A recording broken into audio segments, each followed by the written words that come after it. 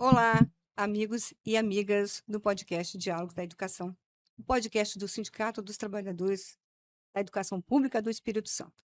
Hoje é um dia importante porque a gente volta a exibir o nosso podcast, que ficou fora do ar há algum tempo por problemas técnicos que não vale a pena a gente citar aqui. Eu quero informar você que, a partir deste programa, nós teremos um dia e um horário fixo no YouTube, no Instagram e no Facebook.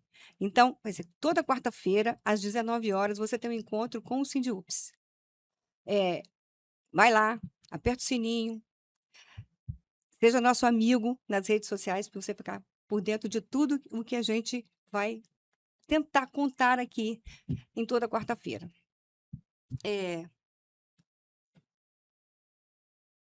Hoje nós vamos conversar com o departamento jurídico do Sindiups. Nós vamos atualizar você de alguns processos jurídicos coletivos que diz respeito aos trabalhadores da rede estadual de ensino. A gente vai tratar de precatório, RPV, precatório do Fundef, piso nacional dos professores, piso na carreira, não tudo hoje, porque são muitos assuntos. Mas durante o podcast vai fazer vários episódios com o departamento jurídico. Antes de começar, eu queria lembrar a todos das efemérides, ou seja, datas importantes que aconteceram no mês de abril, que a gente está pensando no final do mês, mas a gente tem que lembrar que o mês de abril é um mês com muitas datas importantes. Primeiro, a gente tem na madrugada do dia 1º o golpe militar, e que deixou o Brasil 21 anos numa ditadura.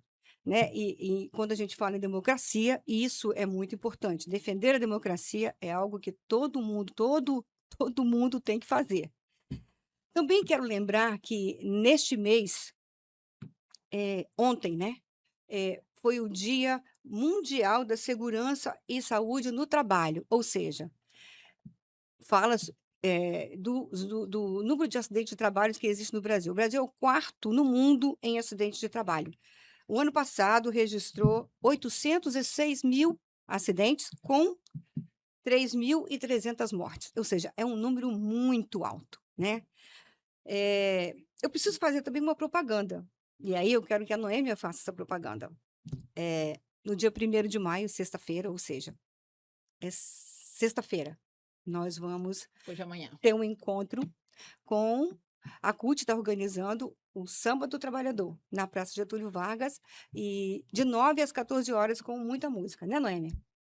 Isso, é um prazer para nós estarmos aqui, Tânia, e a gente agradece, né, o seu trabalho, e agradecendo também os 2 advogados que estão aqui, que depois vão ser apresentados de forma mais formal, né? Mas sobre o dia 1º de maio, todos os anos a CUT organiza, né, o Dia do Trabalhador. O Dia do Trabalhador é feriado, mas às vezes as pessoas nem sabem o porquê que esse dia é feriado. Em homenagem a quem? O porquê? O dia do... E aí a gente, se busca a história, a gente vai saber que nos Estados Unidos, vários trabalhadores organizaram uma greve, e por causa desta greve foram mortos, Foram enforcados. enforcados no dia 1º de maio. E esses homens e mulheres que foram mortos lá nos Estados Unidos, nesse dia 1º de maio, porque estavam lutando por melhores condições de trabalho. Então, passaram-se E a os luta anos, deles era por redução de jornada. redução de jornada, que Uma nós coisa estamos muito nessa, comum hoje, que né, nós Noêmia? estamos nessa também, nessa briga pela redução da jornada de trabalho contra a escala 6x1. Então, na sexta-feira, dia 1º, nós vamos estar reunidos na Praça Getúlio Vargas, a partir das 9h. Vamos ter música, vamos ter ali brincadeira para as crianças, podem um trazer dia a de lazer, né, família. Noêmia? É um dia de lazer, mas é um dia não só de lazer, mas também de consciência de classe. Porque o que falta, às vezes, no trabalhador brasileiro é consciência de classe. Todo mundo que vive do salário é trabalhador. Não importa se você tenha um salário mínimo ou 50 salário mínimo, mas se você vive da sua mão de obra, se você vende a sua mão de obra para alguém, você é trabalhador. Então, precisa das pessoas terem consciência de classe e consciência de quem somos nós, trabalhadores e trabalhadoras desse país. Então, dia 1º, vamos estar juntos. Então tá, você está convidado a participar no dia 1º, aqui na Praça Getúlio Vargas, no centro de Vitória, de 9 às 14 horas, um dia de lazer, de comemoração das lutas e conquistas dessa classe trabalhadora, e também de graça, né, Noêmia? É. Traga seus filhos e vamos nos divertir juntos. Bom, dito isso, vamos começar o nosso podcast. Eu só queria aproveitar o momento, o Tânia, e pedir mais um pouquinho de paciência, porque os dois advogados estão aqui eufóricos para dar as informações, falar mais um pouquinho sobre a questão do mês de abril, né? Porque é um mês também, além de várias comemorações importantes, né? Tem o mês da educação, que a CNTE é todos os anos, tem uma semana dedicada à educação. Tivemos movimentação em Brasília, inclusive pelo pagamento do piso na carreira, teve uma audiência no MEC, manifestações, pela valorização dos trabalhadores de educação, e também tem o dia do livro, tanto o dia do livro infantil como o dia do livro. E a gente fica muito preocupado, Tânia e companheiros advogados, a importância do livro, porque às vezes as pessoas ficam muito nas redes sociais e esquecem do livro. O Brasil é um país que tem poucos leitores, né, em relação a outros países, né? Você precisa ler o livro, não importa se seja físico ou que seja, né, pela internet, né, pelo celular. Livro web. Mas é preciso que a gente leia e crie nas nossas crianças o O desejo de ler, o hábito de ler. E dia 23 foi o dia do livro, né? E eu vendo um vídeo, me chocou muito a situação em São Paulo, um país rico, um país um estado, quer dizer, desculpa, um estado riquíssimo, que deveria ter uma consciência em relação à educação, jogando fora livros, mas não foi 1 ou 2 livros. Foram muitos livros, tiraram os livros da biblioteca e jogaram no lixo, com caçambas cheias de livros. E, em contrapartida, também vi um vídeo de, lá em Angola, uma pessoa, uma professora, não, ela era bibliotecária, aposentou, mas não deixou de amar os livros. E ela saía pelas ruas com um carrinho de mão, pegando livros no lixo, e foi juntando esses livros e fez na casa dela, no casebre dela, um local, e ela recolhia as crianças, chamava as crianças para poder fazer leitura de livros. E com isso foi aumentando tanto que agora, há poucos dias, ela foi chamada pelo presidente de Angola para uma audiência nessa questão de que ela não esperou que viesse de cima para baixo. Ela fez o papel dela, entendeu? Então, assim, colocando a importância da leitura na vida daquelas crianças e que os pais começaram a levar. Então, assim, o Brasil precisa de voltar os olhos mais para a educação, voltar os olhos mais para a questão da leitura, porque só através do conhecimento é que a gente consegue a liberdade, né? A liberdade é importante, mas a liberdade com conhecimento. Bom, dito isso, eu quero apresentar os nossos convidados, né? É um prazer ter vocês aqui, doutor Pedro e doutor Rony, advogados do Sindiúps. Bem-vindos. Obrigado, é um privilégio para nós estarmos aqui, podendo participar desse momento de prestar esclarecimentos com relação a essas demandas que são muito recorrentes no Sindiúps e esperamos poder contribuir ao máximo possível. Olá, né? Olá, Tânia. Olá, Noêmia. Olá, Pedro. Olá a todos aqueles e aquelas, né, que nos ouvem. É um prazer, né, estar retornando aqui o podcast e espero que nós possamos, então, contribuir, trazendo um pouquinho de conhecimento, um pouquinho da nossa experiência, trazendo esclarecimentos que são muito caros, né, para a categoria, a respeito dos processos, a respeito das demandas, a respeito dos problemas que aflige, né, a nossa categoria. Espero que seja o primeiro de muitos. Ah, um prazer. vai ser, porque só do jurídico acho que a gente vai fazer uns 5, né, Noêmia? Sim, Pois a é, demanda é assunto muito grande, a porque demanda é porque muito porque grande. problema jurídico é uma coisa muito comum na questão do sindicato, né, Sem dúvida. porque os trabalhadores, sofrem ataques. O Sim, tempo inteiro, as categorias sofrem ataques, né, a gente vive no sistema capitalista, então tem que defender, tem que ter uma estrutura para defesa, né, então é sem isso. dúvida. E hoje, só, né, como a gente está nesse bate-papo aqui, bate-papo sério, uma das coisas que a nossa categoria, principalmente os aposentados e aposentadas, eu não aposentei ainda não, mas estou quase lá, é um processo que tem 30 anos que nós estamos lutando por isso. E aí, as pessoas aposentadas, às vezes já os herdeiros, né? Porque, infelizmente, tem professor e professora, e tem outros servidores que também têm esse mesmo processo, essa mesma ação, nos procuram, mas e aí, como é que tá? O sindicato não tem feito nada, porque, né, eu sou filho do fulano, da fulana que já morreu, e a gente sente muito, porque as pessoas nos procuram, assim, com agonia, né? Como é que tá? Todo mundo já recebeu, só nós não. Sim. É a famosa trimestralidade, que tem mais de 30 anos. E, assim, eu queria que vocês falassem um pouquinho, porque a luta, gente, nunca parou. E vocês sabem disso, vocês que estão no jurídico.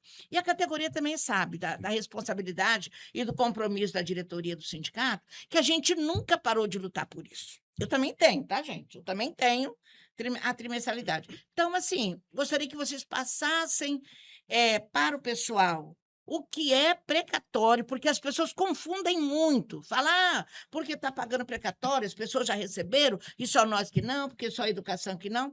Que vocês fizessem essa explicação. O que são precatórios e o que são RPV. Ok. Se no Espírito Santo todos os precatórios estão atrasados ou só o da trimestralidade que não está sendo Uma paga? pergunta de cada vez. Não, mas ele já eu acho que É, já é Uma pergunta de cada vez, senão eu vou Já ficar perdida conseguimos aqui. organizar já É. a eu- ideia. porque, assim, aham, é importante fazer essa diferenciação do que é precatório, sim. né, o que é Então a isso? gente vai começar conversando sobre isso. O É. que é precatório, o que é RPV. Eu Exatamente. posso fazer uma abordagem de uma forma mais fácil das pessoas compreenderem. Acho que nós teremos algum ouvinte que já tenha compreensão do que é precatório e do que é RPV. Mas aí a gente precisa de fazer o nivelamento de conhecimento, principalmente para aquelas pessoas que não têm conhecimento. De forma muito didática, muito simplória, muito acessível. Quando a gente, na nossa casa, recebe o nosso salário, eu preciso de fazer as contas para saber se o meu salário ele chega até o final do mês pagando todas aquelas minhas despesas, né? Então, essa é a regra. Uma empresa faz isso, na minha casa faz isso, e como que o Estado faz? E aí o Estado, para que a gente possa compreender, quando eu falo Estado, não é o Estado do Espírito Santo, é o Estado, pessoa jurídica de direito público, União, Estado e municípios. Então, como que o Estado ele faz frente àquelas obrigações que ele precisa de saldar? Então, existe uma obrigatoriedade para que ele faça uma previsão orçamentária. Essa previsão orçamentária é exatamente para saber quanto que ele vai receber em um determinado período e quanto que ele vai pagar também naquele determinado período. E isso, para o Estado, ocorre sempre no ano anterior para o ano civil subsequente. Então, dentro dessa previsão orçamentária, ele faz a destinação daquelas obrigações através do pagamento X, né? Então, ele tem uma receita e ele vai fazer o pagamento desta obrigação. Essas obrigações derivadas de condenações já transitadas em julgadas e já declaradas líquidas, né, que o Estado precisa de pagar, dependendo do valor, será precatório ou será RPV. Então, esta previsão orçamentária serve para que o Estado faça a previsão que num determinado período ele vai ter aquelas obrigações, né? E essas determinadas obrigações, como eu falei, dependendo dos valores, e aí a lei, quem trata disso é a Constituição Federal, lá no artigo 100 da Constituição Federal, trata que as obrigações até um determinado valor que ele precificou em salários mínimos, e aí para as demandas da União até 60 salários mínimos, para as demandas que envolvem o Estado e municípios até 40 salários mínimos, serão pagos por requisição de pequeno valor. São valores menores e aí a forma de se pagar é mais simplificado, Então, Que é o tal do RPV. que é o chamado RPV. Quando é acima desses valores, então isto é feito através de formação de precatório, que nada mais é do que uma previsão de pagamento de uma obrigação do Estado. Doutor Rony, o senhor deu um exemplo do trabalhador que faz o projeto, a previsão orçamentária do mês dele, ou seja, ele recebe o salário e ele vai saber quanto que ele pode gastar até chegar no final do mês. Isso, O Estado não faz assim, o Estado faz de ano para ano. exatamente. Ok. Exatamente. Então, a previsão orçamentária é feita em um determinado ano para fazer ano seguinte. frente a essas obrigações do ano civil subsequente. Bom, mas aí nós estamos tratando no mundo ideal. Só que no mundo real nós temos algumas particularidades.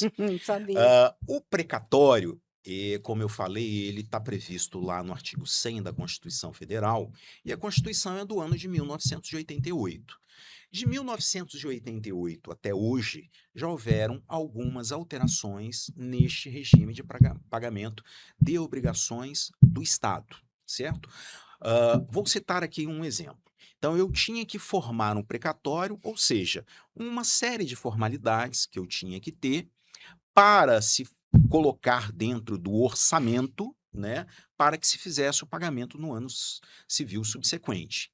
E isso eu poderia fazer até o final do mês de junho, para se fazer a inclusão dentro do orçamento e se pagar no ano seguinte. Agora, no ano de 2026, esta formação de precatório, que era até o mês de junho, passou agora para o início de fevereiro. Então, existem algumas outras alterações que tornaram esta regra impositiva um pouco mais discricionária em favor da administração pública, tá? No que isso dificultou? Porque Bom, você podia fazer em junho, agora você tem que fazer em fevereiro. O que que isso atrapalhou? é, Ou de- não atrapalhou? atrapalha bastante, inclusive. né? Mas por quê? Porque, Que na poderiam ser verdade, pagos mais também, né? porque, na verdade, quando você precisa você precisa formar o precatório, antigamente até junho, e a formação do precatório, ela exige a composição de vários documentos daquele processo. E, por vezes, como são vários credores, é um procedimento não célere, pouco demorado e difícil. Quando você reduz para fevereiro, dificilmente você consegue preencher esses requisitos até aquela data para o Estado poder orçar para o ano seguinte. Então, Entendi. quando você já forma esse precatório a partir de março, já não fica mais para o ano seguinte, fica para o próximo ano. É uma Aí forma atrasa também, muito o aí pagamento. atrasa por pelo menos mais um ano. Entendi. Só para ficar assim bem, como a gente conversa muito com o professor, Uhum. gente, eu vou falar na linguagem didática, Tem que falar mesmo. na linguagem didática. Sim. Então, todos os precatórios, Uhum. toda ação, todo processo judicial, transitado e julgado, quer dizer, não tem recurso mais. Uhum. E que ele volta, né, para poder entrar na fila para pagar. Se for um valor menor, que é a chamada RPV, que está em torno de quantos? 21 mil, né? R$ 21.827 Para o reais Estado. e Em 29 torno, no centavos. Estado, em torno de 21 mil. Então, todos os processos que forem até 21 mil são mais fáceis de sair o pagamento. Sim. Os que forem um valor acima deste, vira precatório. Perfeito. Exatamente. Então, precatório tem trocentos mil. Sim, exato. Aí, esses precatórios, se eles forem formados até fevereiro, ele paga no ano seguinte. Exemplo, tudo que foi formado até fevereiro de 2026 será pago em 2027. Exatamente. Tudo que for formado a partir de março de Desse ano. 2026 será pago em 2028, Perfeito. para as pessoas poderem entender. Exatamente. Então, assim, está acontecendo muito na questão do FGTS, que a gente vai falar um pouco sobre isso também. Não hoje, é lógico. Mas, assim, muitas pessoas, às vezes, até renunciam um valor maior para poder receber mais rápido. Sim. Sim. Porque o RPV sai mais rápido. Uhum. O precatório Demora mais. demora um pouco mais. Sim. Uma Na pergunta, verdade, Noemi, o que acontece? Como E o tem doutor- precatório de tudo quanto é jeito, Sim, não é exatamente. isso? de tudo quanto é peraí, assim, sindicato, de até tudo uma quanto é lugar, empresa, né? por exemplo, uma empresa vendeu cadeira para o Estado e o Estado não paga, essa empresa entra na justiça e pode ser que o Estado seja condenado a pagar a esta empresa a despesa que ela teve, o prejuízo que ela teve e em precatório. Sim. Então, não é só precatório de servidor público. Qualquer dívida. É, Qualquer dívida que a a Fazenda União, União, Estado e município Isso. tenha com seus credores, e se for um valor maior, é precatório. Sim. Perfeito. O que acontece, Mas Noemi, é então- o seguinte, vamos sintetizar, quando a Fazenda Pública, a Administração Pública, União, Estado, Município e Distrito Federal é condenado a pagar uma quantia a qualquer credor, ou ele paga através de RPV, que é o valor máximo de R$ 21.827,29, no caso do Espírito Santo, ele é mais célere. É um procedimento que leva em torno de 60 dias. O Poder Judiciário determina o pagamento e o Estado, teoricamente, 60 dias paga, até esse limite. Quando esse limite excede, se torna precatório e, como o doutor Rony colocou, entra numa fila de ordem cronológica para pagamento, porque, como o Rony colocou, é todo aquele orçamento que o Estado precisa fazer para poder pagar, Ah, cumprindo os requisitos então não de é pelo, formação. não é pelo valor do precatório que se paga os mais Não, baratos? não, Ou, não, ordem entra numa cronológica. fila Ordem. cronológica. Isso, É. aqueles A- formados é. primeiro. Apesar de nós estarmos em uma nova regra, Hum. houve uma emenda constitucional que trouxe algumas modificações nesse sistema de pagamento. Um parcelamento, o índice de atualização não é mais Selic, é o IPCA mais 2%. Então, pode haver uma vinculação do pagamento de precatórios diretamente proporcional à receita Sim, da receita líquida corrente do ente, do Estado. Então, são características que foram trazidas agora na última alteração, né, do regime de pagamento de precatórios e que coloca o senão. Né? A gente tem isso, senão Na época de acontecer aquilo Bolsonaro, outro. Isso. ele simplesmente só negou isso, né? Não pagou, né? Houve o chamado Calote. a PEC do calote, no né? segundo momento. Que ele postergou o pagamento do precatório, e o precatório, nos últimos 2 anos do governo Bolsonaro, não foi feito o pagamento de nada, e isso está sendo feito o pagamento agora pela administração da atual presidência da República. E aí, voltando, essa lista, como vocês disseram, a lista ela é publicada no diário, não é isso? O Diário da Justiça, Uhum. e é visível. Qualquer pessoa É pode ir público, lá, sim, é público. público, é público. Todo mundo pode ir lá Sim. e ter conhecimento. Inclusive, depois a gente vai falar algumas coisas em relação a essa questão dos processos serem públicos e Sim, tanto golpe, sim. Sim. né? Então, assim, essa lista não é escondida. Não. E não pode furar a fila. Não. Não pode. Não pode furar Não, a fila. inclusive, no Tribunal de Justiça, há uma central de precatórios onde você consegue todas essas informações quando Qualquer necessário. pessoa que chega lá pode saber isso? É público, é informação pública. Não é Entendi. limitado o acesso. Tá? Entendi. E é importante, Noemi, deixar claro o seguinte, que precatório, no nosso caso, é o gênero. Tá? A trimestralidade, ela é a espécie do gênero precatório. É Entendeu? isso que a gente Isso. vai começar a Ou querer seja, conversar agora, sobre a trimestralidade. Então, o doutor Rony deixou muito claro que todas as ações vencidas contra a administração pública, que há o pagamento que excede ao RPV, se torna precatório. Então, é uma grande confusão que fazem, porque quando se anuncia na mídia está sendo pago precatório, todos vinculam do magistério esse precatório à trimestralidade. E não E é. não é verdade. Inclusive, nenhum precatório da trimestralidade foi pago a servidor algum, É bom Até hoje? esclarecer. até hoje. É bom Quantos anos tem esclarecer. isso? 30 anos. Mais de 30. Nossa Mais de Senhora. 30. É bom esclarecer muito isso, porque as pessoas têm muito essa dúvida. Não, é o Sindupes que não faz nada, por isso que não. Não é. Ninguém recebeu. Não, Esse é um ninguém. processo emblemático no Estado do Espírito Santo. Inclusive, É. nem o próprio pessoal da Justiça receberam a trimestralidade. Os Não, servidores, nenhum servidor o recebeu. servidor da Justiça, o servidor dos Muito pelo procuradores, contrário, Mas muito por pelo que, contrário. gente, que não se deles- paga isso? Qual o problema dele? É muito sério esse problema? É É uma situação complexa. muito, muito complexa, muito antiga, A né? gente vai falar disso? Podemos, Podemos, se for Então o vamos caso. lá. Quem vai explicar isso? Não, primeiro vamos falar o que é a trimestralidade. Então, Sim. é isso aí. vamos Todas as explicar. informações sobre a trimestralidade. A Então, vamos lá. trimestralidade, ela surgiu em 87 com a lei estadual que determinou que a cada 3 meses haveria um reajuste na tentativa de recompor o salário, o vencimento do servidor público, que era corroído naquela época pela hiperinflação. Daí o apelido do precatório ser trimestralidade, porque a cada 3 meses havia esse reajuste. De 60% da inflação. Exatamente. E o que que acontece? Em dezembro de 89, janeiro e fevereiro foi a última trimestralidade paga pelo Estado do Espírito Santo. Com isso, o sindicato ele teve que ingressar, cobrando, referente a março, abril e maio de 90, o reajuste não pago. E aí nós ganhamos a ação, né? Foi formado o precatório da trimestralidade e depois de entrar na fila de ordem cronológica para pagamento, houve um atraso em pagamento de todos os precatórios do Espírito Santo por cerca de 20 anos.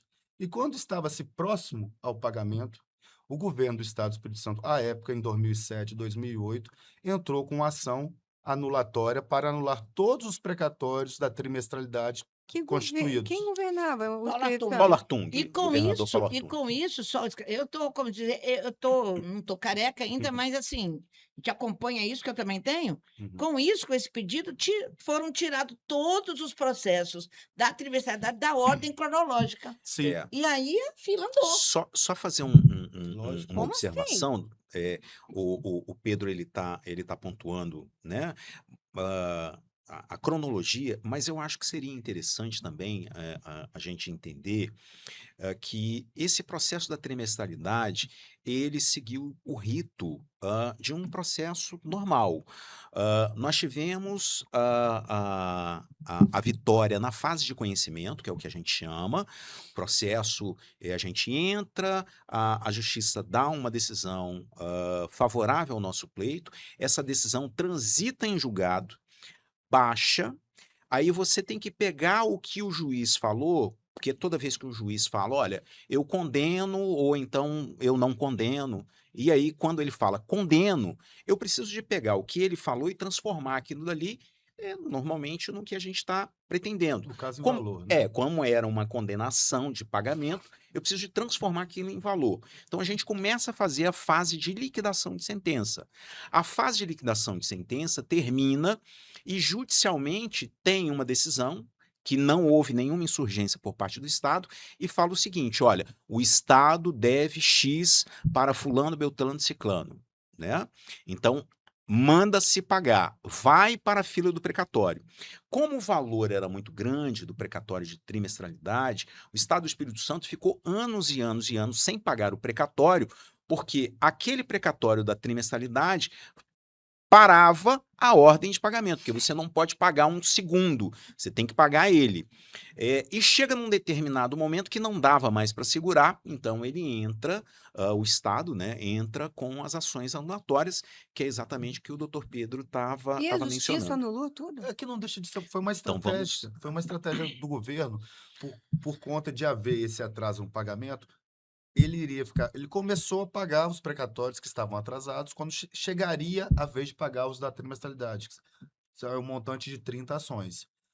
Criou-se no governo do estado à época uma estratégia, né, que foi encampada Ou pelo seja, passou a judiciário. perna nos trabalhadores, né? O que Literalmente. acontece? Exatamente. Ele entrou com uma ação anulatória, Hum. né? No primeiro momento ele conseguiu uma liminar em todas as ações que versavam sobre a trimestralidade. E aí, com isso, essa liminar retirou esses precatórios da fila de pagamento E a fila andou. A filha A fila andou, ele foi andou. pagando todos. E a partir daí, todas essas ações estão sendo discutidas ou foram discutidas no judiciário para discutir a Ou nulidade ou seja, não do aí todo mundo precatório. volta para o judiciário para É, tentar manter o que já se tinha. É isso? exatamente, exatamente. E os demais precatórios que não são da trimestralidade não estão atrasados. Não, Vira precatório até fevereiro, paga no ano seguinte. Então, isso. não tem precatório atrasado no Estado, a não Por conta ser dessa estratégia os da judicial. a Pra- não ser É, para Co- que E a, os. e há quantas andas estão esses processos que foram anulados e vocês tiveram que entrar Sofreram o novamente? pedido de anulação, né? Sofreram Então, pedido. só antes, Tânia, e Explica aí aí. o doutor Pedro, ele obviamente, Ele está metido é, nisso há mais tempo. vai ter melhores informações, mas só para fazer uma observação aqui em uma alegoria, né? Nós tivemos o primeiro e o segundo tempo de um jogo de futebol. O time X ganhou. E aí o juiz falou: não, eu não quero que o time X ganhe, não. Nós vamos fazer aqui uma prorrogação. Pô, mas eu tô ganhando. Não, mas eu não quero saber. Nós vamos fazer uma prorrogação. Uhum. E hoje nós estamos em uma prorrogação, e aí o time Y está arriscado a ganhar o time X que tinha tava ganhando ganho lá. Vencedor, né? no processo Doutor, normal. esclarece isso, que eu... O doutor Pedro, ele Doutor vai Pedro, fazer a então observação esclarece aqui isso, doutor Pedro. É justamente o que aconteceu. Como o Dr. Rony colocou inicialmente, para formar o precatório, acabou o jogo de futebol, Isso. né?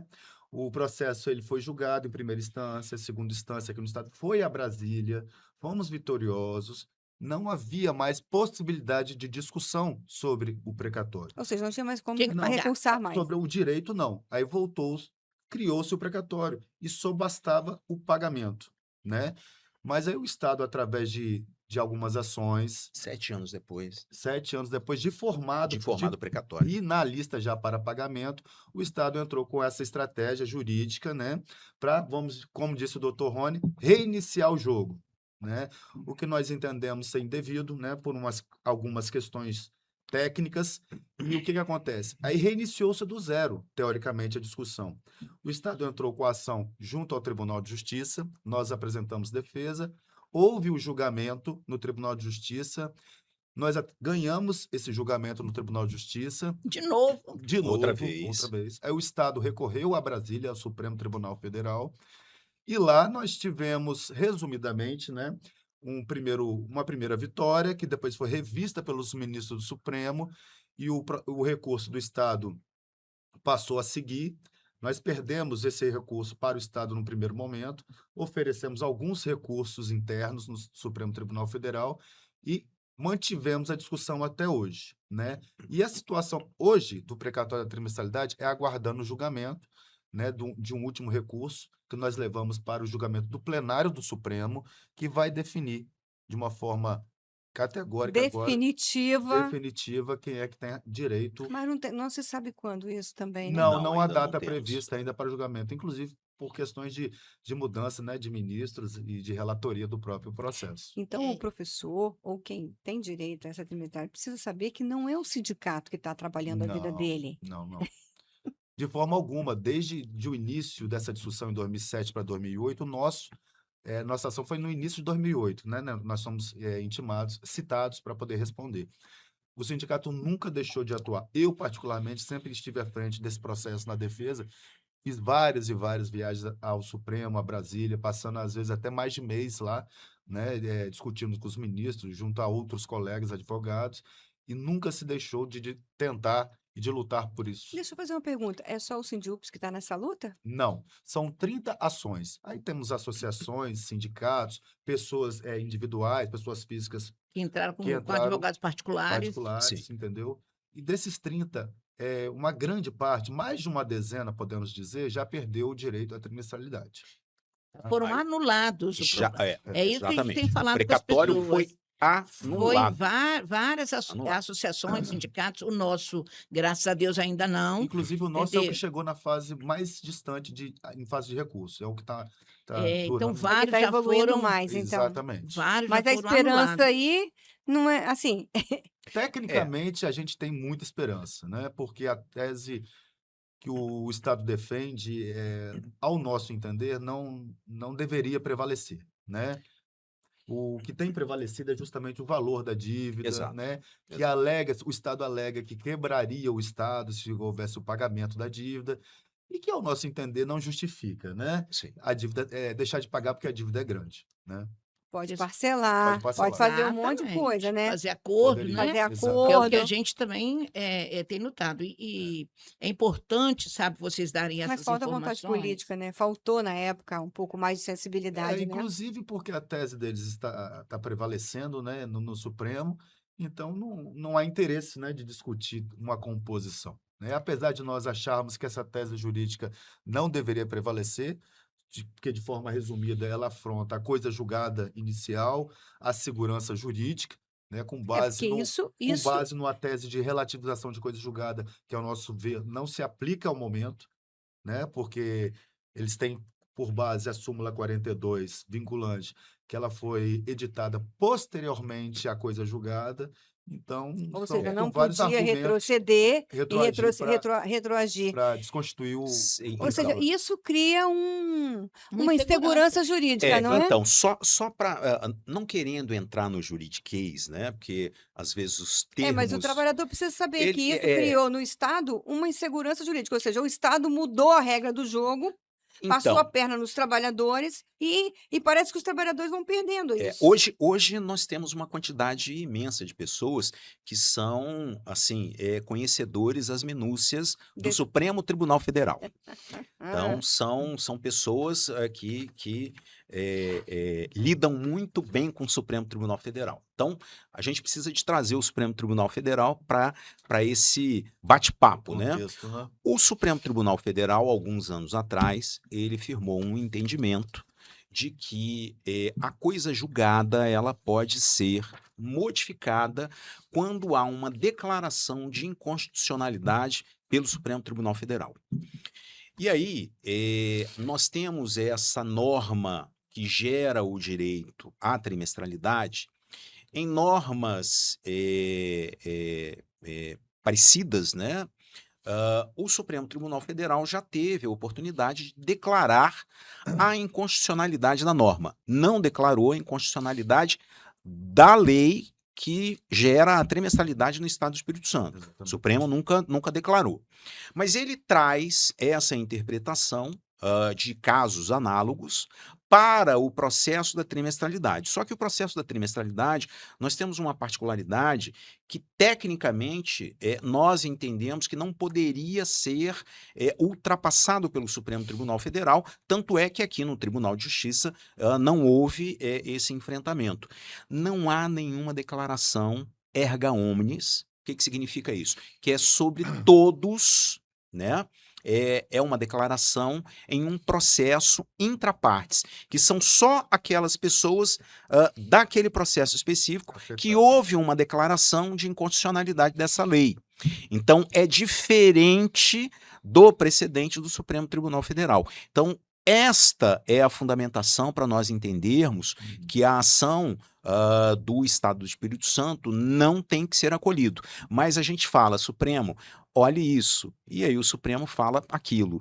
Né? Exatamente. Então, o que está Inclusive- acontecendo é isso, é um julgamento pelo valor do processo e não Exatamente. pelo Inclusive, direito propriamente na dito. decisão aqui do nosso tribunal, quando nós temos o direito favorável, o relator do processo coloca ainda que a decisão é a nosso favor com base numa súmula do Supremo Tribunal Federal, no caso semelhante ao nosso. Isso. E depois que os processos da trimestralidade chegam ao Supremo, o entendimento do Supremo muda no sentido de fazer uma outra interpretação. Exato. Mas isso é uma outra discussão. O importante é dizer o seguinte: a trimestralidade não morreu, Não. não morreu, Não morreu. a luta continua, Sim. Para algumas associações e entidades de classe já morreu, ao mas do Sindiups ainda não. ainda não. E esperamos que não, né? Que a Estamos gente está nessa trabalhando luta. fortemente Inclusive, para que não. o Sindiups, na diretoria do sindicato, né? Além do jurídico, a gente também faz as questões políticas, né? Então, a gente está Ah, sim. juntamente com um grupo de deputados que formaram o ano passado a Frente Parlamentar em Defesa do Pagamento dos Precatórios, Da com, trimestralidade. da trimestralidade. E tem um grupo de deputados que assinaram o manifesto, fizeram solicitação ao governo para nos receber, juntamente com os deputados, para fazer pelo menos um acordo. Então, assim, já foram feitas 2 audiências públicas. Na audiência pública foi convocado. Vocês Foi foram convidado. recebidas pelo governo? Ai, não. Fomos convidamos o Ministério Público, o Tribunal de Justiça, o governo do Estado. Foi convidado um monte de gente, né? Uhum. E as associações e sindicatos, fizemos 2 audiências públicas e foi tirado algumas ações que faríamos, e Uhum. uma delas seria essa intercessão junto ao governo para ver se nos recebia, para que a gente pudesse negociar, Sim. né? Fazer um acordo. Mas isso ainda não foi possível, não Certo. conseguiu. Mas, então, além de tudo isso que a gente está fazendo, né, juridicamente, também tem a parte política, que é essa reunião junto com os representantes da população, que são os deputados, independente de partido político, independente de ideologia, Sim. a gente está se reunindo com todo mundo que quer, que Ajuda. queira estar conosco, nós estamos juntos. Perfeito. E, inclusive, também esclarecer para as pessoas que o precatório da trimestralidade dos funcionários do judiciário também está em pé pior do que o nosso. Sim. Sim. Entendeu? Porque o pessoal fala, quem é do judiciário já recebeu. Não, ninguém recebeu. Ninguém A gente recebeu. quer deixar isso muito claro para a nossa categoria. Isso. Ninguém recebeu a trimestralidade. Não. Se alguém falar com vocês, professoras e professores que estão nos ouvindo ou que vão nos ouvir depois, ninguém recebeu esse precatório. Exatamente. E ele não morreu. Não, Nós sim, continuamos na o nosso não, luta. o nosso não. É porque acontece muito assim, Noêmia. Chega a ser até engraçado, né? Não, é o Doutor primo, é do tio, da mãe, do Recebeu. irmão, do vizinho, recebeu. Aí você pergunta, mas Nome. quem? Ah, não sei, eu vou perguntar. Nunca, Mas, né? doutor Nunca. Rony, eu acho que também a questão vem naquela primeira definição que nós colocamos, que a Noema suscitou. As pessoas confundem o Isso. nome precatório e fazem a referência direta à Essa é a trimestralidade. grande, essa é a Entendeu? grande Essa é a grande confusão. Então, é importante deixar claro. A trimestralidade é um precatório, mas nem todo precatório Precatório é da é o da trimestralidade. trimestralidade. Ah, isso é Perfeito. ótimo. Ótimo, então tá. Noêmia, e aí? Qual é o próximo assunto? Não, o que acontece, e aí a gente quer esclarecer para nossa categoria, que muitas. Bom, é o tal da tia do Zap, né? É muita coisa no Zap. E aí o Zap diz Todo lá, mundo é não, doutor todo hoje em mundo é dia. doutor no Zap. Sim. E aí coloca no Zap e tal. E aí, por exemplo, o precatório do Fundef, Sim. já que nós falamos do precatório da trimestralidade, é um outro precatório que também as pessoas ficam assim, precatório do Fundef, nós não temos direito, nós queremos receber lá, o pessoal Ah. da Bahia está recebendo, e quando é que vai ser o nosso? Sim. Então, assim, a gente conversar um pouquinho, sei que a gente já está bem adiantado, conversar um pouquinho sobre essa questão do precatório do Fundef, Perfeito. que é lá da época do Fernando Henrique Cardoso, Aham. Uhum. né? Eu acho, Noêmia, que, Quer dizer que o assunto ainda vai ser precatório, É. gente. Hoje é É. precatório. na verdade, eu acho que a gente precisa de tratar Fundef e Fundeb no mesmo, pacote só. no mesmo Ambiente, né? pacote. Bom, então vamos lá também para a gente fazer nivelamento, né, de conhecimento. Eu tenho certeza que quem está nos ouvindo, obviamente, terá aqueles que conhecem o Fundef, Fundeb, mas aqueles que não são familiarizados com o tema, né? O Fundef ele é criado em 1998, né? E o objetivo é criar um Fundo Nacional de Desenvolvimento do Ensino Fundamental e Valorização do Magistério, para que fizesse frente àqueles desníveis que existia no Brasil. O Brasil é um país continental, o mesmo nível de meios, né? A mesma preparação de um professor do Oiapoque não necessariamente seria o mesmo nível de meios, de formação do Chuí.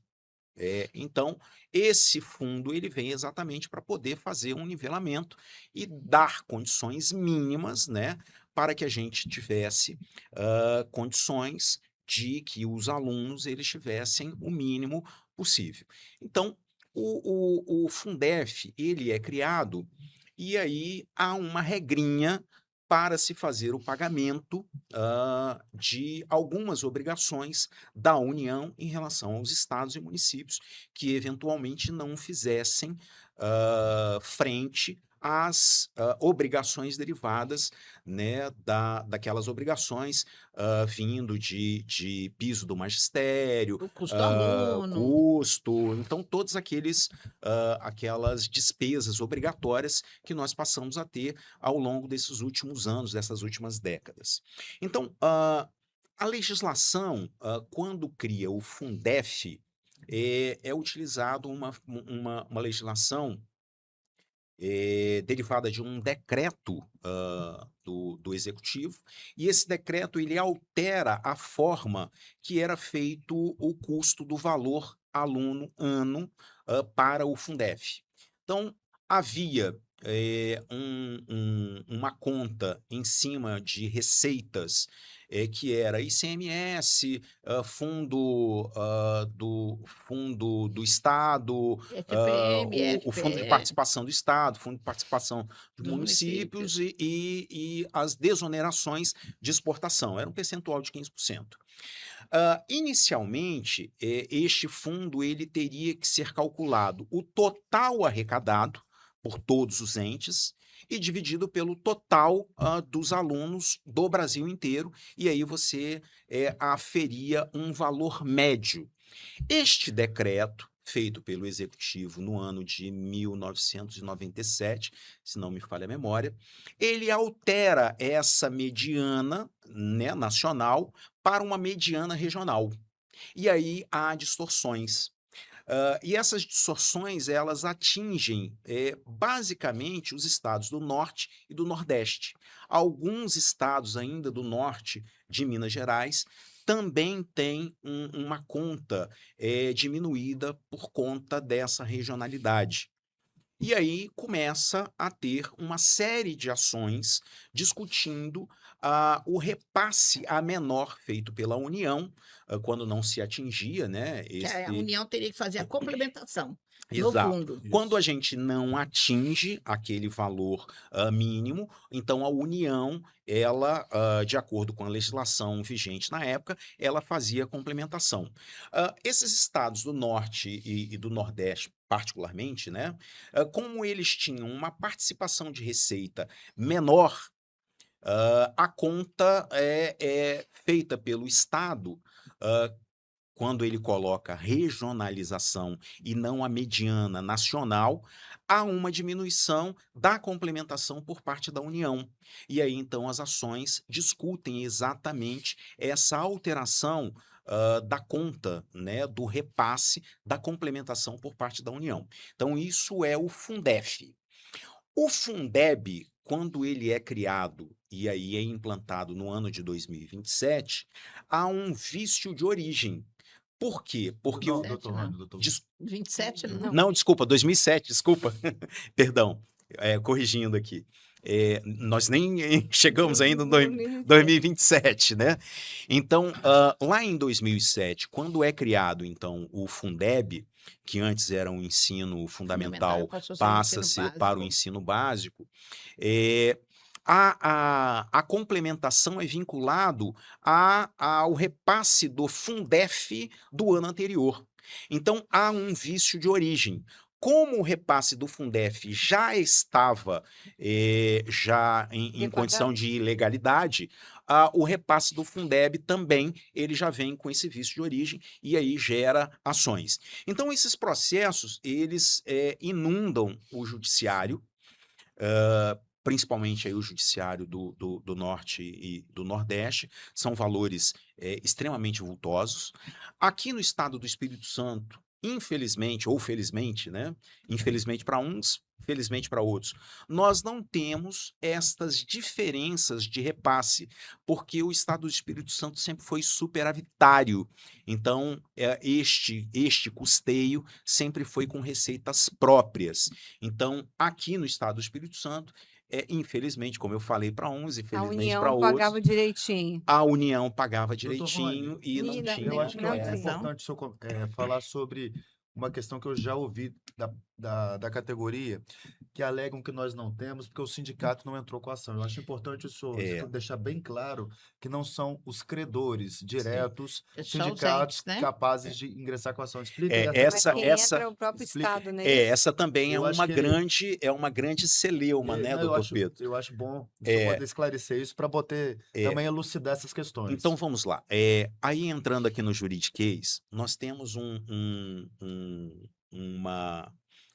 elemento, né, quando a gente faz uma ação, que se chama legitimação. Hum. Para você fazer uma ação judicial, você precisa de ter legitimidade e interesse. O processo, apesar de nós termos a vinculação do 60-40 na época do Fundef e aí até 2020 para o Fundeb e agora 70-30, né? Apesar de nós termos uma destinação para o magistério desta parte, hoje os 70%, os sindicatos eles não detêm a legitimação para o Entrar na ajuizamento dessas ações. Quem detém a legitimação, e inclusive isto é matéria, porque.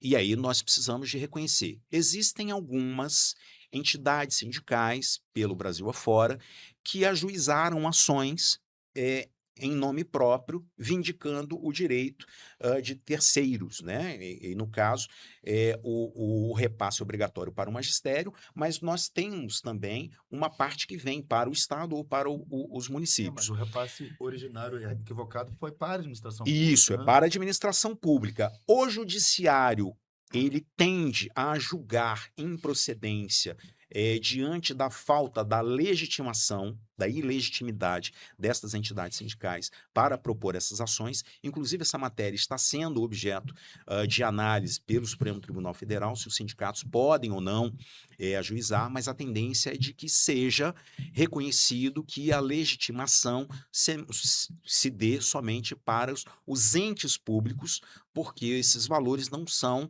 Estados e municípios. estados e municípios. E aí o Mesmo sindicato ele que- não tem. Mesmo que recebendo, o Estado recebe, desse valor que recebe, tem um percentual que é por Que é isso carimbado que o professor específico. recebe, É. porque vem para o Estado, vem para o Isso. município, 60% deveria ser para pagamento de professor. Isso. Então, por isso que Aí ele na recebe. prática, Noemi, na prática, o que funciona?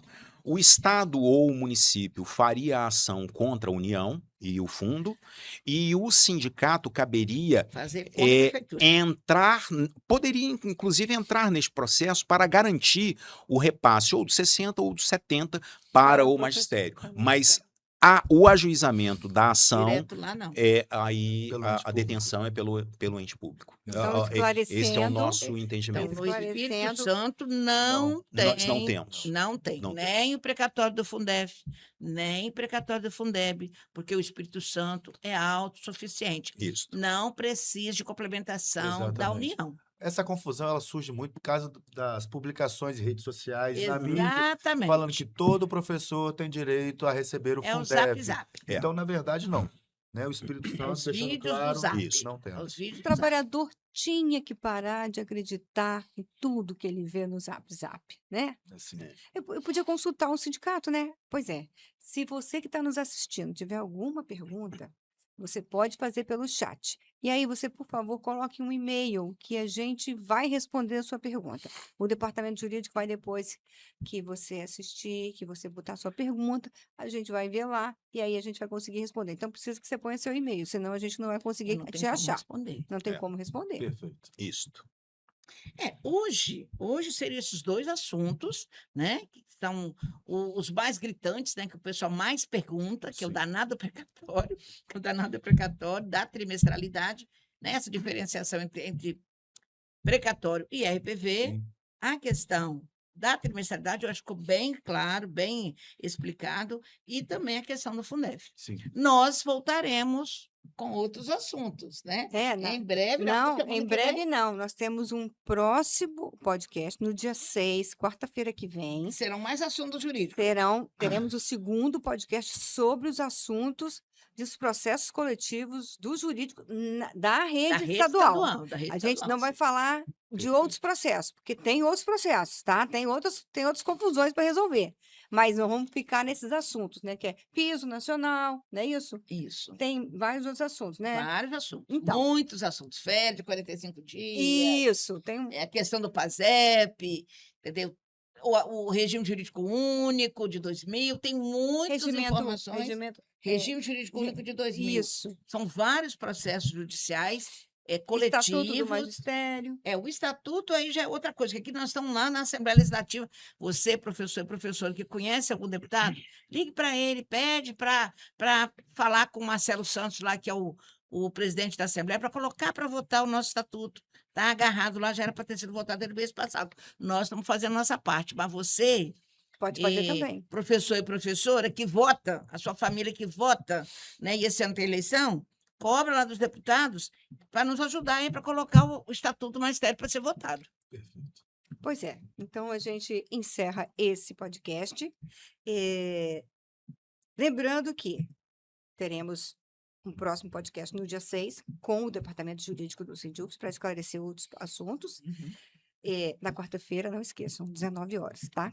E eu quero reforçar aqui o convite. Você que trabalha na escala 6x1, que não tem folga, que sabe que lazer já é uma coisa rara, então, dia 1º, feriado, temos uma programação na Praça Getúlio Vargas, um convite convocado pela CUT para a comemoração do dia 1º de maio, das nossas árduas lutas e conquistas da classe trabalhadora, mas também outras bandeiras que a gente tem para lutar, como soberania, feminicídio, que é muito alto no Espírito Santo e no Brasil. Homofobia, tudo isso Pois aí. a gente tem várias bandeiras de luta e aí é importante que você participe. Aí, Tânia, só complementando também sobre a questão do fim da escala 6x1. Às vezes, o trabalhador que tem essa escala não conseguiu entender ainda e acha que o patrão vai levar prejuízo. Não, não vai levar prejuízo, porque o patrão vai ter um trabalhador mais descansado que vai render muito mais. Porque, só para vocês terem ideia, os nossos deputados, eles trabalham 2, 3. Olha, quando trabalha 3, né? São 2 dias praticamente na semana, no máximo 3, e folga, o resto fora um monte de folga que tem. Né? E o trabalhador, seja lá qual a profissão, nós, do serviço público, a maioria de nós trabalhamos já no 5x2. E a gente sabe quanto é necessário a gente ter pelo menos mais um diazinho, principalmente nós mulheres, né?